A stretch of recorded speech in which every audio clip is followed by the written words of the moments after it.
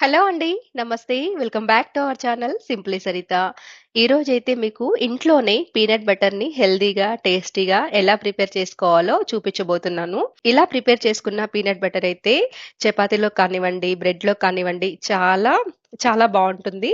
So, పిల్లలు evening school నుంచి వచ్చిన తర్వాత పీనట్ బటర్ రెడీగా ఉందనుకోండి, బ్రెడ్‌లో కానివ్వండి, చపాతీలో కానివ్వండి అప్లై చేసి ఇచ్చారనుకోండి పిల్లలైతే చాలా హ్యాపీగా తినేస్తారు. ముందుగా అయితే చపాతీని కూడా ఎలా చేసుకోవాలో చూపిస్తున్నాను.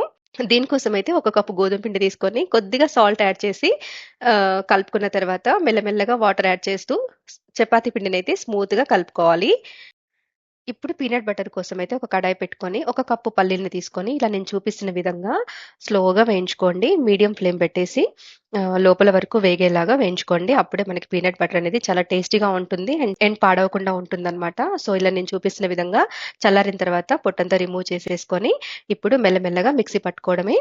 సో, ఫస్ట్ అయితే మనం పౌడర్ లాగా మిక్సీ పట్టుకోవాలి. పట్టుకున్న తర్వాత ఇలా కొంచెం కలుపుకొని కొద్దిగా సాల్ట్‌ని యాడ్ చేస్తున్నాను. ఇలా సాల్ట్‌ని యాడ్ చేయడం వల్ల టేస్ట్ అనేది బావుంటుంది. అండ్ మనకి చాలా సాఫ్ట్‌గా మిక్సీ అవుతుందనమాట. ఇలా ఒకసారి మళ్ళీ మిక్సీ పట్టుకోండి. ఒకేసారి మిక్సీ పట్టుకోవద్దండి. మధ్య మధ్యలో ఆపుతూ ఇలా కలుపుకుంటూ మిక్సీ పట్టుకోవాలి. అప్పుడే పీనట్ బటర్ అనేది చాలా బాగా రెడీ అవుతుంది. ఇప్పుడు కొంచెం అయితే 1 ½ టేబుల్ స్పూన్ అయితే ఆయిల్ కానివ్వండి, నెయ్యిని కానివ్వండి యాడ్ చేయండి. ఇలా యాడ్ చేయడం వల్ల పీనట్ బటర్ అనేది చాలా స్మూత్‌గా, సాఫ్ట్‌గా అవుతుంది.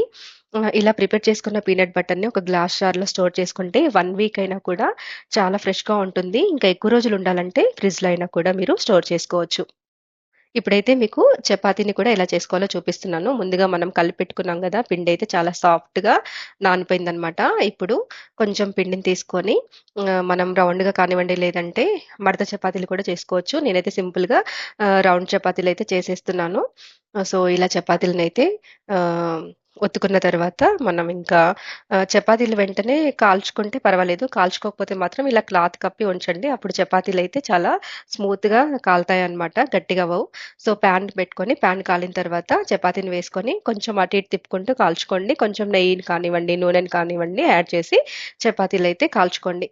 ఇలా ఒకదాని తర్వాత ఒకటి చపాతీలు చేసుకున్న తర్వాత మనం ముందుగా ప్రిపేర్ చేసుకున్నాం గదా! పీనట్ బటర్‌ని అది అప్లై చేసి పిల్లలకి ఇచ్చేసేయడమే ఇంకా అంతే. నేను చూపిస్తున్న విధంగా చపాతీకంతా ఇలా ఈవెన్‌గా స్ప్రెడ్ చేసేసేయండి పీనట్ బటర్‌ని. ఇలా స్ప్రెడ్ చేసేసి ఇలా రోల్ చేయండి. రోల్ చేసేసి పిల్లలకిచ్చారనుకోండి. సో, ఇంకా చాలా హ్యాపీగా తినేస్తారనమాట. సో, ఇదండి ఈరోజు వీడియో అయితే. వీడియో గనక నచ్చితే లైక్ చేయండి, షేర్ చేయండి. మరిన్ని వీడియోస్ కోసం సింప్లీ సరిత ఛానల్‌ని సబ్స్క్రైబ్ చేసుకోండి. బాయ్ అండి.